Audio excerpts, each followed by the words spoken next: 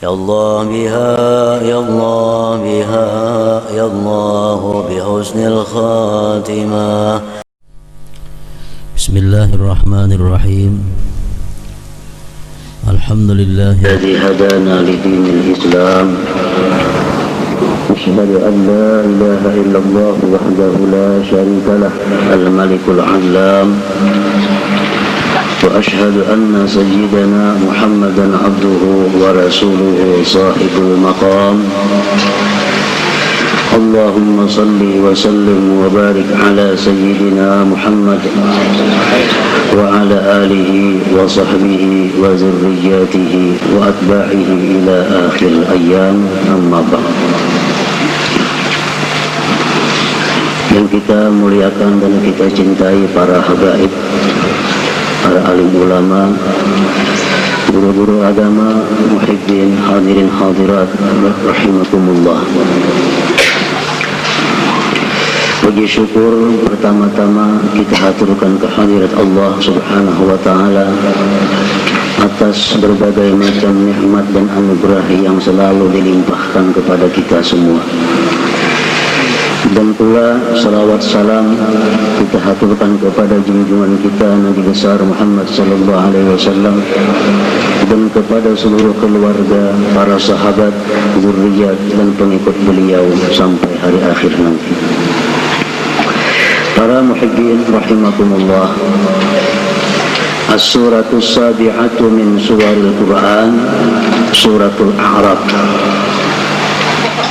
Surat yang ketujuh daripada surah-surah Al-Quran, yaitu suratul A'raf, surah Al-A'raf. Makiyatun, surat Al-A'raf ini diturunkan kepada Rasulullah sallallahu alaihi wasallam sebelum beliau hijrah ke Madinah. Ayatuha sittun wa mi'atan, ayatnya surat Al-A'raf ini ada 206 ayat. Al-A'raf artinya adalah tempat yang berada di atas dinding pemisah yang tinggi. Tempat yang berada di atas dinding pemisah yang tinggi, itu disebut A'raf. Dalam surat yang ketujuh ini Allah Subhanahu wa ta'ala menyebutkan tentang Al-A'raf ini di dalam ayat 46 dan seterusnya. Allah berfirman, wa bainahuma hijab wa 'alal a'rafi rijalun ya'rifuna kullam bisimahum wa nadaw ashabal jannati an salamun 'alaikum lam yadkhuluha wa hum yatma'un. Wa idza surifat absaruhum tilqa'a ashabin nar qalu rabbana la taj'alna minal qawmiz zalimin. Ini Allah menceritakan tentang Al-A'raf, tempat yang tinggi di atas pagar dinding pemisah.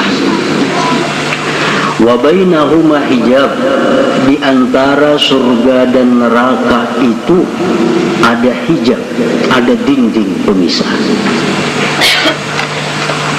Sehingga orang surga kada kawakan neraka, orang neraka pun kada bakal bisa ke surga, karena dipisah oleh satu hijab. Wa 'alal a'raf, dan di atas a'raf, di atas dinding pemisah yang tinggi itu, rijalun, laki-laki banyak.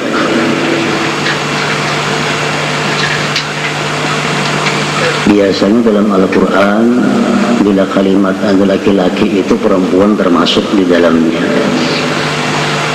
Seperti ya ayyuhalladzina amanu, hai orang-orang yang beriman.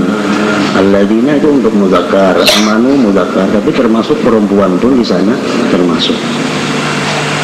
Macam kita assalamualaikum, kum itu kan untuk laki-laki, kalau perempuan kun, nun. Tapi biasanya bila disebut laki-laki, otomatis perempuan pun sudah tercakup di dalamnya. Wa 'alal a'rafi rijalun, dan di atas tempat yang tinggi tadi ada beberapa orang. Banyak orangnya, rijal jamak. Ya'rifuna kullam bisimahum, mereka itu kenal akan penghuni surga dan kenal akan penghuni neraka karena ada tanda-tanda pada mereka. Artinya orang yang di atas a'raf ini ke surga melihat, ke neraka melihatnya. Wa nadaw ashabal jannah an salamun alaikum, dan mereka berseru untuk penghuni-penghuni surga, salamun alaikum, selamat kalian. Orang-orang yang di atas a'raf tadi berkata kepada penghuni surga, salamun alaikum, kalian selamat. Lam yadkhuluha wa hum yatma'un, mereka tidak masuk ke dalam surga padahal mereka sangat ingin masuk surga. Orang yang di atas a'raf tadi, mereka sangat ingin masuk surga namun tidak bisa masuk surga. Keindahan surga, orang-orang dalam surga, mereka melihat. Pedihnya siksa neraka, orang-orang neraka, mereka pun melihat. Jadi mereka sangat ingin masuk ke dalam surga, tapi tidak bisa masuk ke dalam surga. Wa idza surifat absaruhum tilqa ashabin nar, bila mana dipalingkan pandangan mereka itu ke jihad penghuni neraka. Bila ashabul a'raf, orang-orang yang di a'raf ini melihat neraka, qalu, mereka berkata, Rabbana la taj'alna minal qaumiz zalimin, hai Tuhan kami, jangan kamu jadikan kami tergolong orang-orang yang zalim.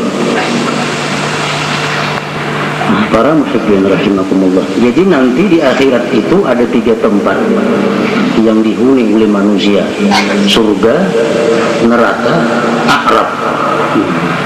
Arab ini memang hanya kau melihat neraka kawah, melihat surga kawah, tapi tidak masuk kedua-duanya. Nah, siapakah penghuni Arab itu?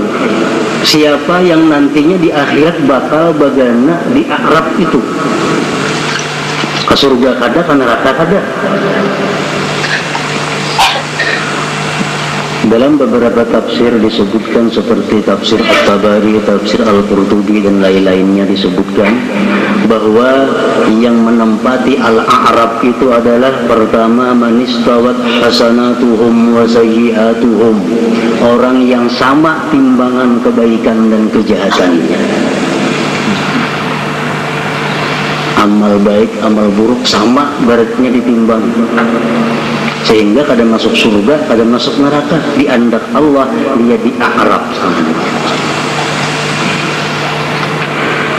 Bersabda Rasulullah sallallahu alaihi wasallam, tuda'ul mawazinu yawmal qiyamah fatuzanul hasanatu was-sayyi'at, faman rajahat hasanatuhu mithqala su'abah dakhala al-jannah, wa man rajahat sayyi'atuhu ala hasanatihi mithla su'abah dakhala an-nar.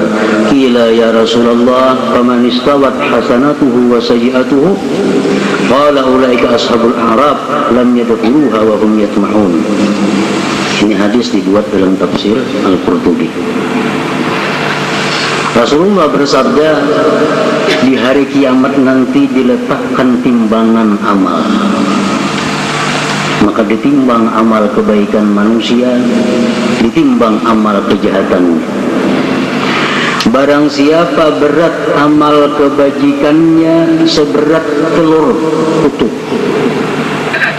barang siapa berat kebajikannya seberat hintalu utuh, dakhalal jannah, dia masuk surga. Wa man rajahat sayyi'atuhu ala hasanatihi mithqala su'abah, siapa yang menang dosanya, amal kejahatannya menang atas kebaikannya walaupun seberat hintalu utuh juga, dakhalan nar, dia masuk neraka. Sahabat bertanya kepada Rasulullah, bagaimana kalau orang itu sama timbangannya, buruk baiknya sama? Rasulullah menjawab, ulaika ashabul a'rab, mereka itulah penghuni Arab. Mereka penghuni Arab, mereka tidak bisa masuk ke dalam surga, padahal mereka sangat ingin masuk ke dalam surga itu. Para muhibbin rahimakumullah. Jadi yang menentukan nasib kita itu di akhirat nanti, walaupun amal kebajikan kita itu lebih daripada amal kejahatan seberat hintalu kutub, kayak hintalu kutub berarti. Makanya Rasulullah sallallahu alaihi wasallam bersabda, la tahqiranna minal ma'ruf syai'a walau antal ka akhaka biwajhin talik. Rawahu Muslim. Jangan kamu anggap remeh, jangan kamu anggap penting sesuatu amal kebaikan itu. Walaupun dengan bahwa engkau temui saudaramu dengan muka yang manis. Jadi jangan anggap penting amal kebaikan walaupun kita anggap kecil, karena barangkali itu yang akhirnya memberati timbangan amal kita, surga kita.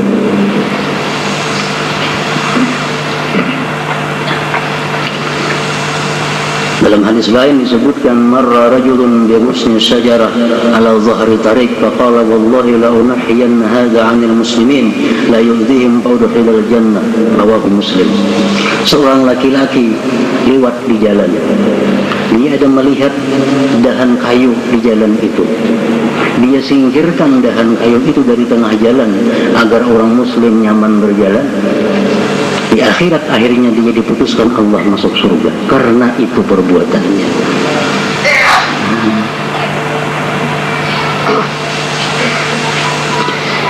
Rasulullah menceritakan bagaimana seorang pelacur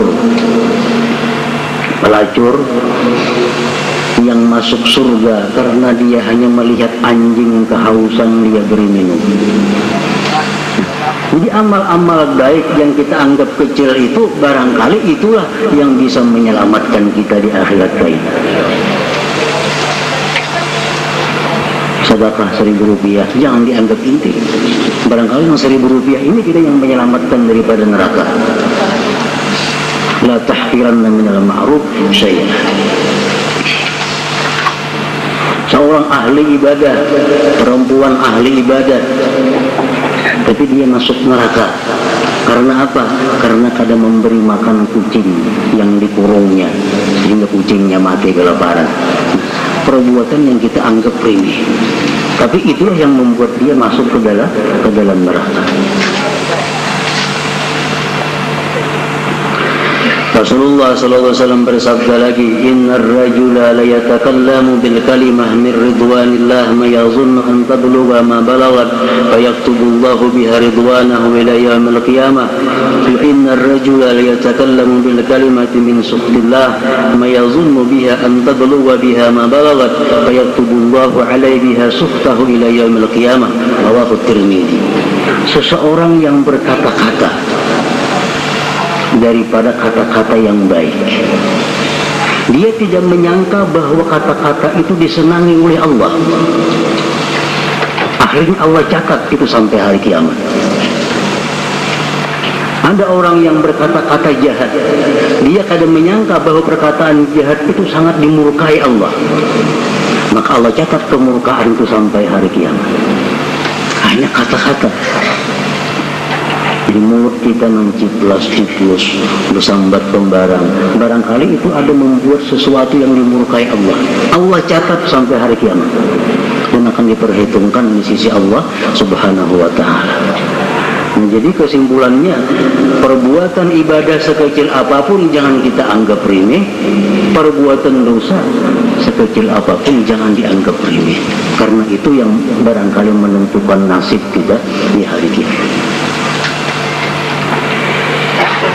Ada perkataan ulama mengatakan yang artinya kebanyakan yang memasukkan manusia ke dalam surga itu adalah amal ibadah yang sebenarnya ia lupakan,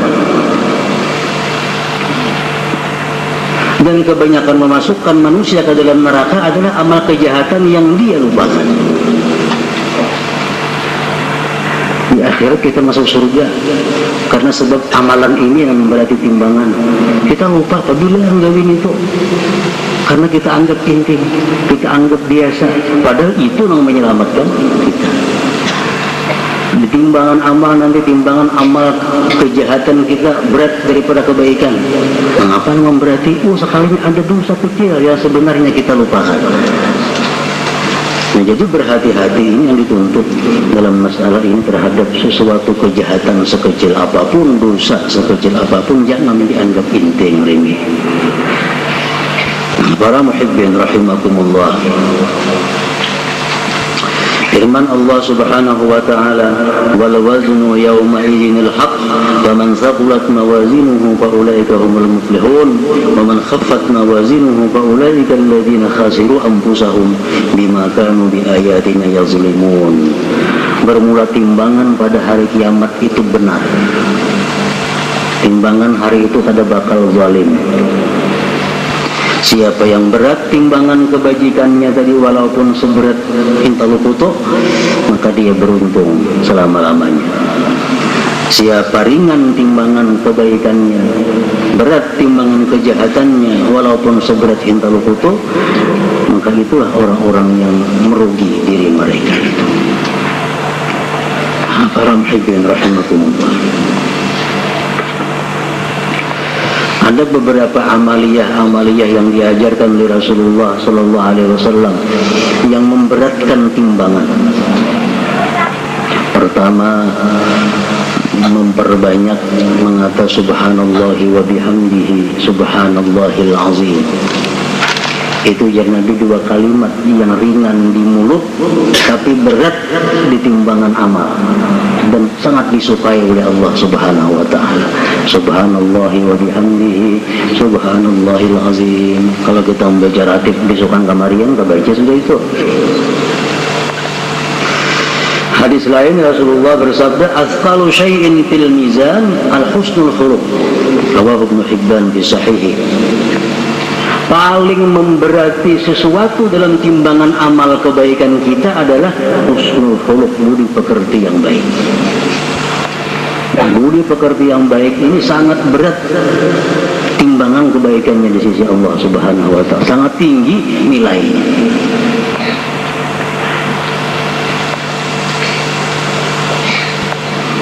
Nah, jadi pertama, orang yang menghuni a'raf tadi, orang yang sama timbangan kebaikan dan kejahatannya.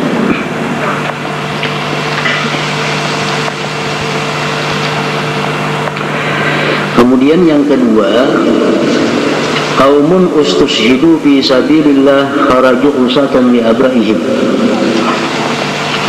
Orang-orang yang dibunuh di sabilillah namun dia berperang itu tanpa direstui oleh kedua orang tuanya. Ini minta izin hendak umpat fisabilillah, hendak witan ini jangan, tatapnya itulah akhirnya dibunuh orang syahid. Nah, karena dia syahid, dia kada boleh masuk neraka karena syahid fisabilillah.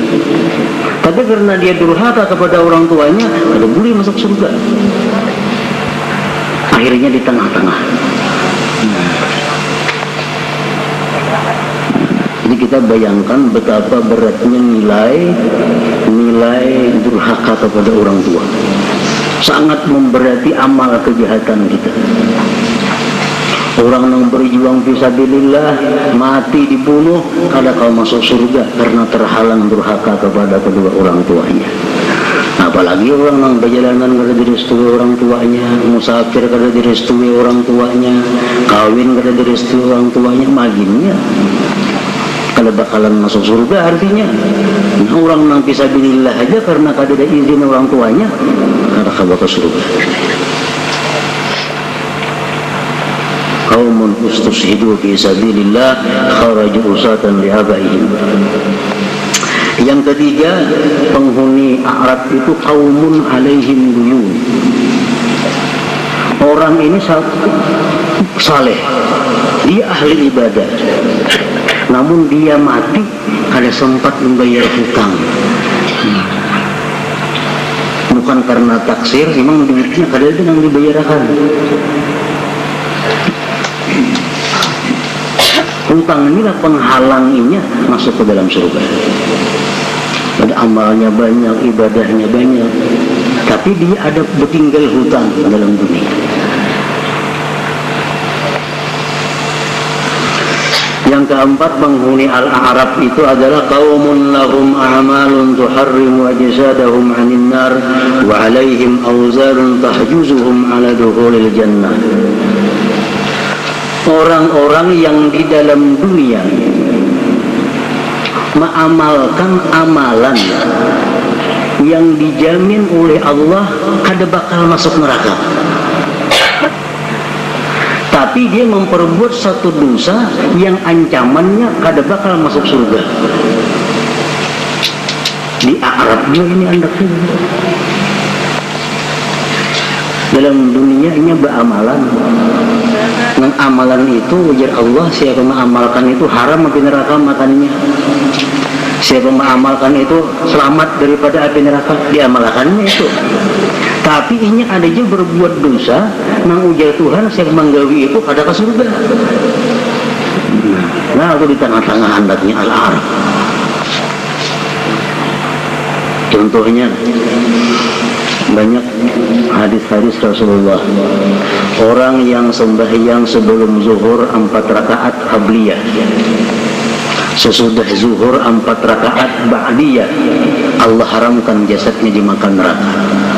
Digawinya itu contohnya. Ada lagi hadis yang lain mengatakan barang siapa sembahyang di Masjid Nabawi 40 waktu, dia akan terbebas daripada neraka.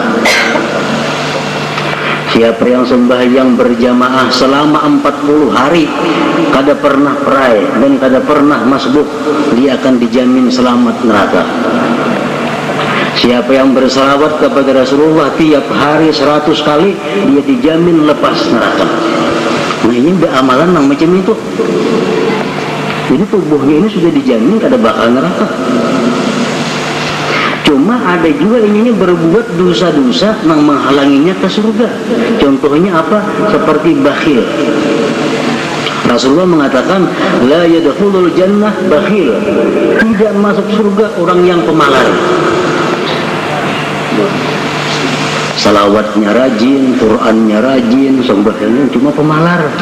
Di Arab anaknya, di Arab.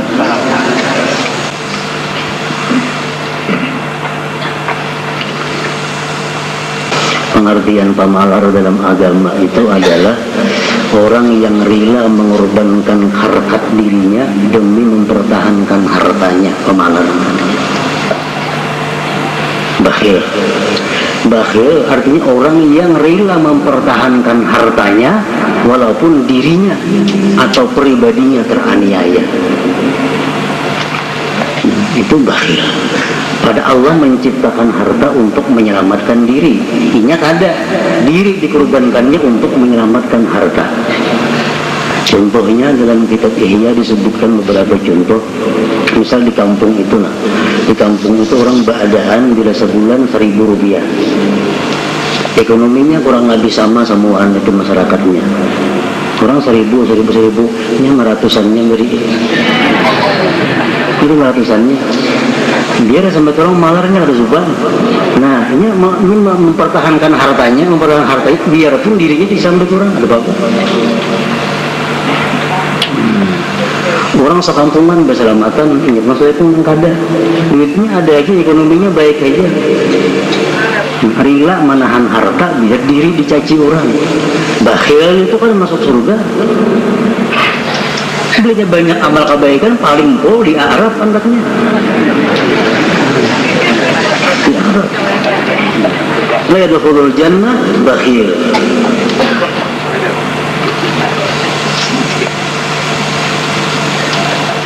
Rasulullah bersabda lagi, la yadkhulul jannah qati'ur rahim, tidak masuk surga orang yang putus silaturahim.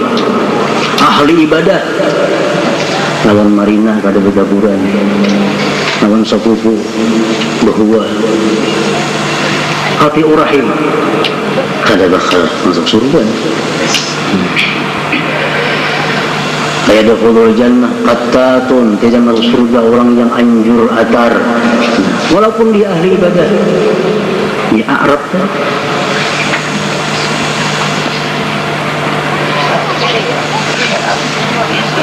Jadi pertama, orang yang di Arab itu adalah orang yang sama amal baik jahatnya. Yang kedua, orang-orang yang mati sabilillah tapi tidak dapat izin orang tuanya. Yang ketiga, orang-orang yang banyak amal ibadahnya tapi bertinggal hutang dalam dunia. Yang keempat, orang-orang yang mengamalkan amalan yang dijamin tidak masuk neraka, tapi dia juga mengamalkan amalan-amalan yang kada bakal masuk surga. Itu ashabul a'raf. Ada lagi satu pendapat ulama yang mengatakan bahwa ashabul a'raf itu adalah waladuz zina, anak zina yang saleh.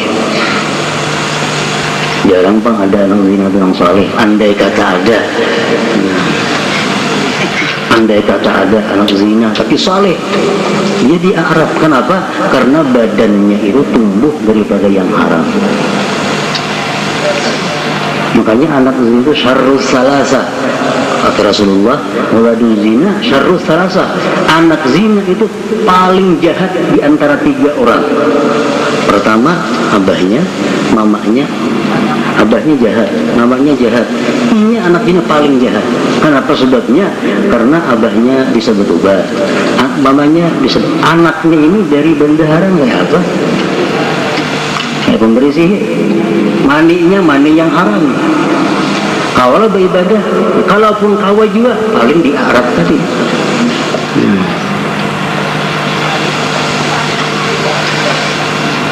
Nah, para muhibbin rahimakumullah, sahabat-sahabat Rasulullah yang begitu agung, yang ikut perang Badar, yang ikut perang Uhud, ikut perang Khandaq dan dibunuh fisabilillah, mereka itu sebenarnya mencita-cita mudahan aku bagaimana di Arab itu.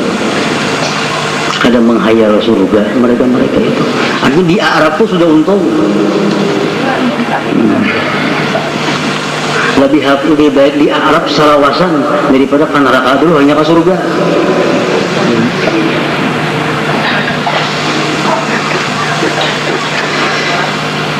Nah, demikian kisahnya Al-A'raf ini, sehingga surat yang ke-7 daripada surah-surah Al-Quran disebut dengan surat Al-A'raf.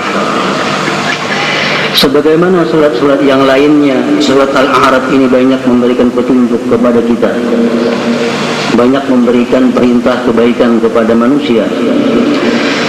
Di antaranya firman Allah Subhanahu wa taala dalam surat Al-A'raf, khudil afwa wa'mur bil 'urfi wa a'rid 'anil jahilin. Ini surah Al-A'raf ayat 99. Khudil afwa artinya ambillah kemaafan. Maksudnya jadilah kamu orang yang pemaaf. Jadilah kamu orang yang pemaaf. Pemaaf daripada orang yang menganiaya engkau, orang yang menyakiti engkau, menghina engkau, menggibah engkau, semuaan maafi. Khudil afwa. Dan Allah Subhanahu wa ta'ala menyuruh kita pemaaf itu iming-imingnya masuk surga di ghairi hisab. Kalau kita pemaaf, orang minta maaf, maafi. Minta maaf, apa halnya maafi. Kalau kita pemaaf, ya yadkhuluna jannah di ghairi hisab, masuk surga tanpa hisab. Ya, teman orangnya kada sembahyang, kadunya pemaaf, kada mau. Orang kada sembahyang pengarasa, kada mau pemaaf. Nah, sembahyang pun belum tentu pemaaf.